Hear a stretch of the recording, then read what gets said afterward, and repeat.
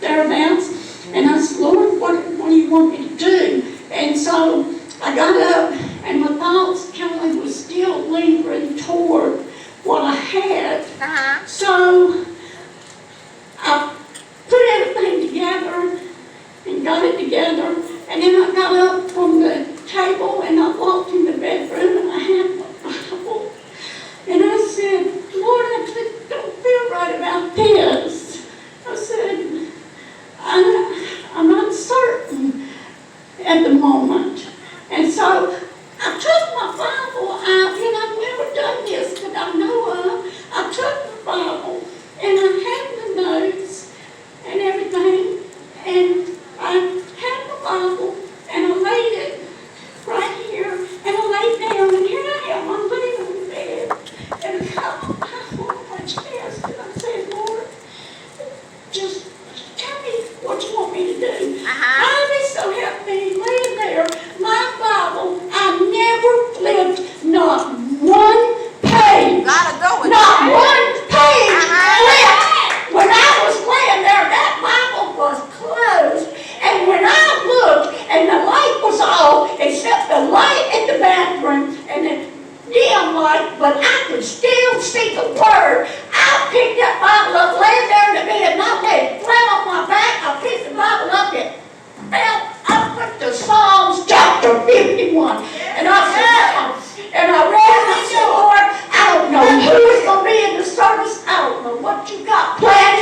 I said, but all of what I've got right here, all of it is not going to go, because you have a purpose and a plan for everything. And I said, Lord, what do you want me to say? What do you want me to do? How am I ever in such a short time now going to put any notes together? You know what the Lord told me? He said, just go with the Spirit and say what I say. And I'm going to come to the conclusion that sometimes that's the walk that I think that we have to have with God. And it is, I mean, I've still got some notes here, some of the scripture I'll use, but the text and the basis of it is not what I put together at the beginning. Because God has a plan and something else in store. But I want us to look at Psalms chapter 51. I'm going to read verse 1 through 13, and then I'm going to tell you, say a few things, and then that I'm not going to take long because I want to respect the bishop's wishes. So somebody, I lost my watch. Somewhere in between coming here to put up here so I keep my time. So let me know. Just raise your hand and I'll cut it off. Because I want to respect his wishes and do as my pastor has instructed me in 30 minutes. So let's read this and see what God has for us. Have mercy upon me, O God, according to thy loving kindness, according unto the multitude of thy tender mercies. Blot out my transgression.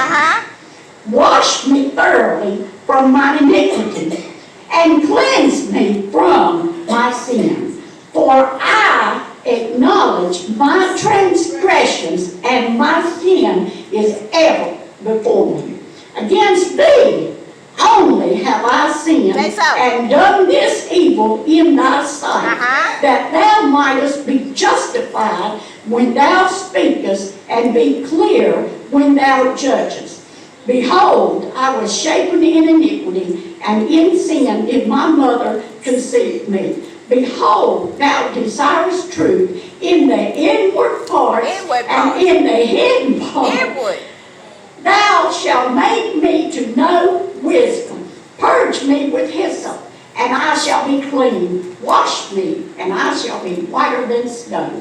Make me to hear joy and gladness, that the bones which thou hast broken may rejoice. Hide thy face from my sins, and blot out all mine iniquities. Create in me a clean heart, O God, and renew a right spirit within me. Cast me not away from thy presence, and take not thy Holy Spirit from me. Restore unto me the joy of thy salvation, and uphold me with the free spirit.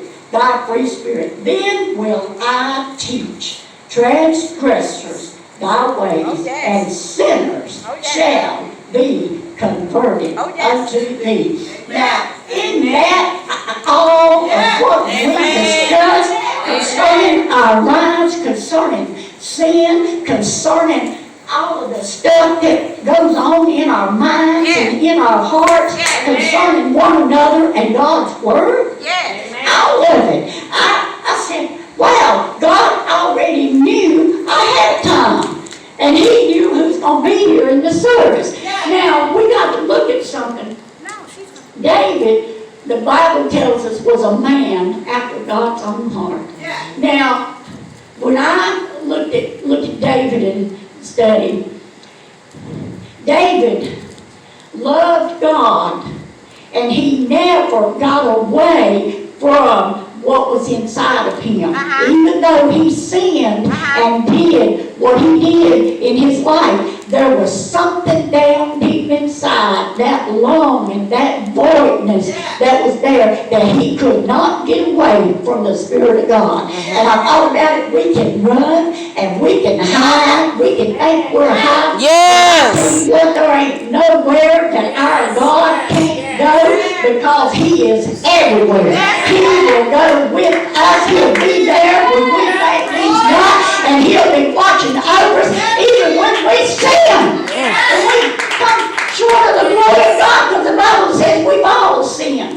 In Isaiah, it says we all sinned. And I thought about this, even Isaiah recognized the presence of God in the temple. And he said, woe is me, I am a man of unclean lips. He recognized the fact that he was lost and undone, and he knew he had to have the presence of God. When he seen the Shekinah glory in the temple, in the house, the presence of God. Wow, it's nothing like feeling the presence of God. Boy, no, nothing like it. But you know, I got to thinking, and God, when I put this together, and then when God changed it all of a sudden, and the last time and hour, God reminded me of something in my own life, and I'll share with you real quick, briefly. But I knew God had called me to preach the gospel when I was 22 years old. When I was about that age, I was asked to do a 3 to a 5-minute thing for a youth service on a Wednesday night of one week. I went home, put it together. I thought I had it. I had it. I did. I said, wow, I done studied, I done put it together. Do you know that morning of the day that I was supposed to do that, the Holy Spirit woke me up and said, you cannot use that you put together at the first of the week. Changed everything. I went through turmoil. I went through, you name it, it happened. And you know what I told God after that? And I seen what preachers went through. The persecutions back in the 70s and the 80s, where they took tomatoes, rotten tomatoes, blood down, all that stuff, you know. Some of the houses be burned, and a lot of different stuff, all kinds of persecution. You were told God. I said, God, if this is what it's about, I do not want to do it. If all of this is what I'm going to have to go through, don't call me to preach the gospel. I'll do anything you want me to do, but just don't ask me to do that. Now, what do you think about that? We can't bargain with God. We can't tell God what to have us to do. We can't tell God, I'm not going to do this, or I'm not going to do that. Who are we? Who are we? You see, I was 22. But you know what? I had to go through some things. And I wandered around in the wilderness all those years until I was 43 years old.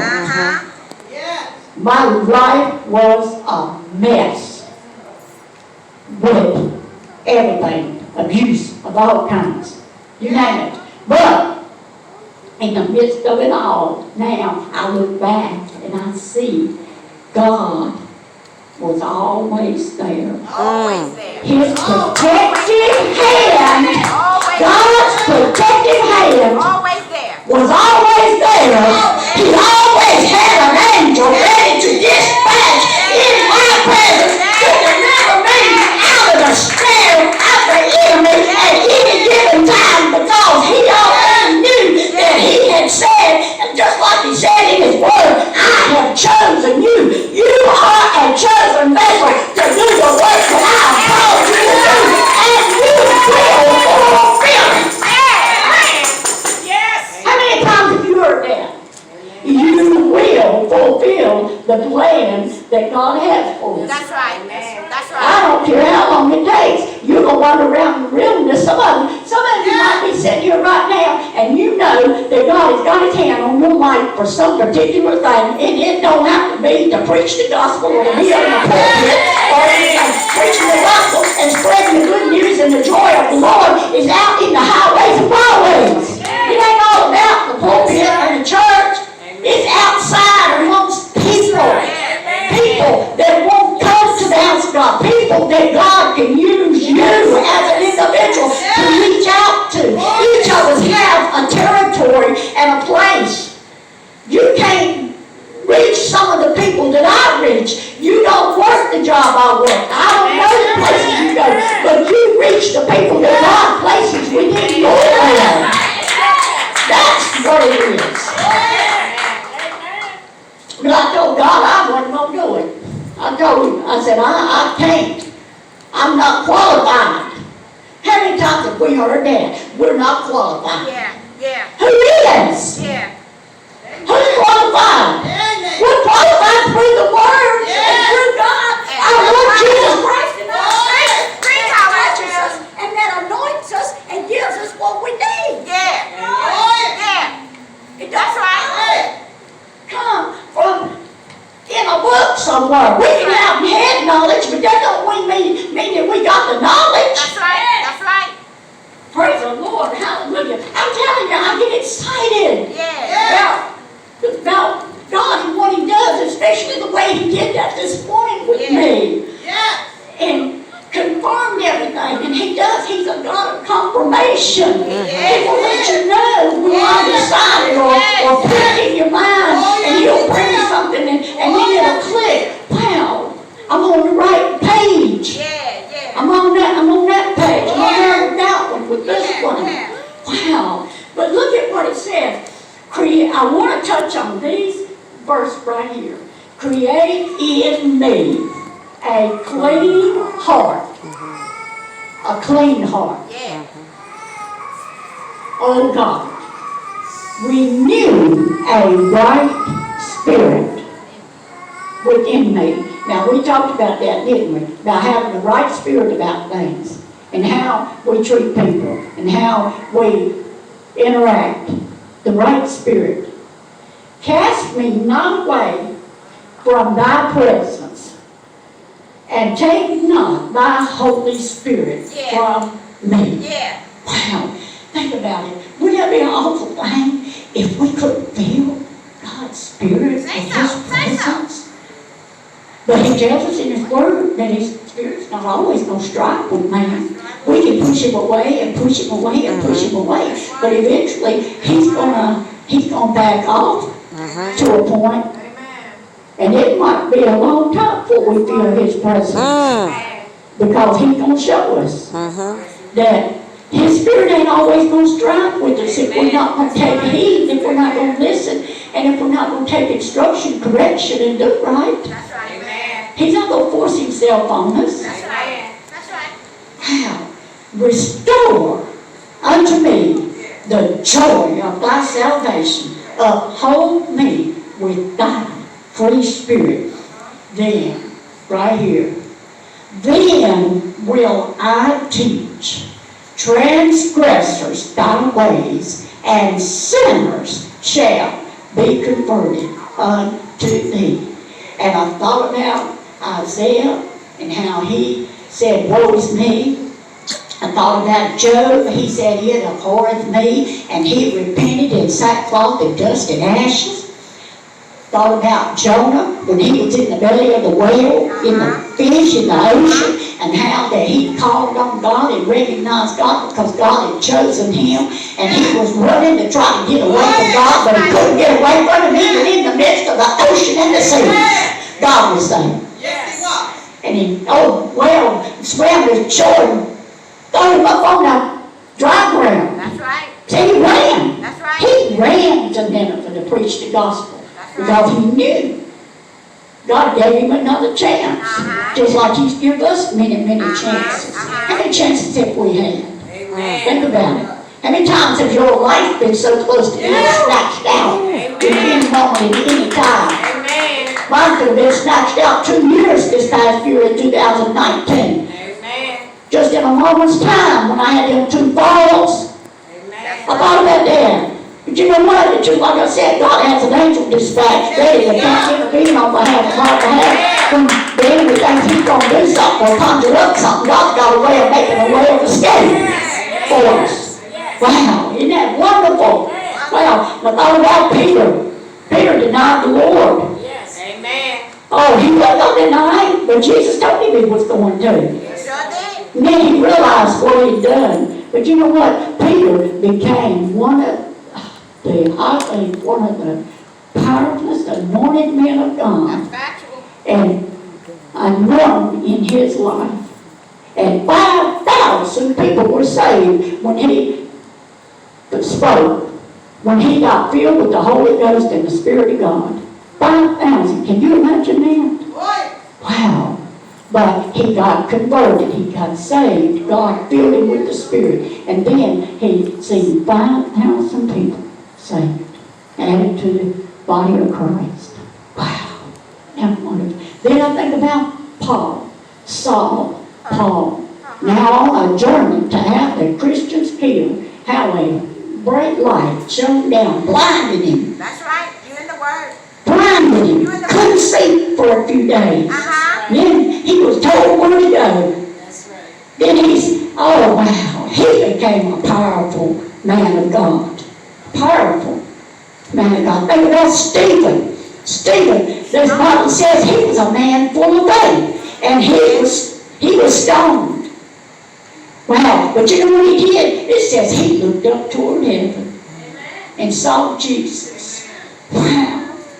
Think about that. How great and how glorious it is to feel God's presence. Yes. So we got to look at this, no matter what goes on around us and in our lives. When God sheds His light and His Word on us, that's when we need to make change. When God deals with us, when God begins to speak, that's when you need to say, hey, this is what I need to work on. God, work on me. Change it. Help me. Let me draw closer to you. Show me your Word. Just like David did. And David was a man after God's own heart, and God knew it. That's right. God knew deep down that David had that genuine desire for him. And He knows that about each of us too at the same time. It says, create in me a right spirit. Wow. Wash me, clean me. When we get washed and we get cleaned, it will make a difference. Wow, praise the Lord. Isn't that wonderful? How you can know people, and then when God begins to move in their lives and they find Christ, how He changes them. It's God's Spirit that dwells within, making us anew. Restore, cleanse, wash. Wow. And that's wonderful, isn't it? What God can do to an individual in their lives. Have mercy upon me, oh God. When we cry out, wash me thoroughly from my iniquity and cleanse me from my sin. Yeah. Isn't that wonderful? What Wonderful. God can do. Wonderful. I think I've about covered most of it. Amen. About our lives and sin and how we run from God and how God knows anyway where we're at. He knows where we're going to be. My husband and I were talking, and we were talking and looking at our lives, and I said, have you ever thought about 30 years where you was at, where I was at, and that we would be together, and that we'd be doing some of the things that we do now for the kingdom? I said, would you have ever thought any of this? He said, no, you're right. See, everybody don't know. My husband used to be homeless when he was young. I've been homeless when I was young before. So all the time, God's had a plan. And put us two together. And then He's worked all of this out in ministry. Because God knows who He puts together to do all God's will. My husband and I were talking about it the other day. When we went uptown, he said, I never would have thought when I was young and in my 20s and doing the things I was doing, I would have never thought that I'd be doing what I'm doing today. That's a good word. I said, that's God. God knew, and God has a plan for all. And I want all of you to know, sitting here today, God has a plan for you. Good word. Good word. Good word, Helen. Good word. Yeah. All the way from the back to the door. God is right there. He has a plan for all of us. Even if we can't see it now, we may see it in a year or years to come. It took me 20-something years to see God's plan for my life unfold, and it unfolded right here under Bishop Davis's leadership. A time and a season such as this. All those years I had to wander around in the wilderness to get to the right place. Isn't that something? Isn't that wonderful how God has a time? Has a right one that'll put in your path to lead you, guide you, direct you, correct you. Amen. Praise the Lord. I thank y'all so much. Thank you, Sister Ivy. Thank you, Elizabeth. Thank you, Jesus. Thank you. And tell us today, I said I love you. And I thank Him so much for entrusting me this opportunity. I just thank you so much. Oh, yes, God. Thank you, Lord. That's right. Yes, sir. And the Lord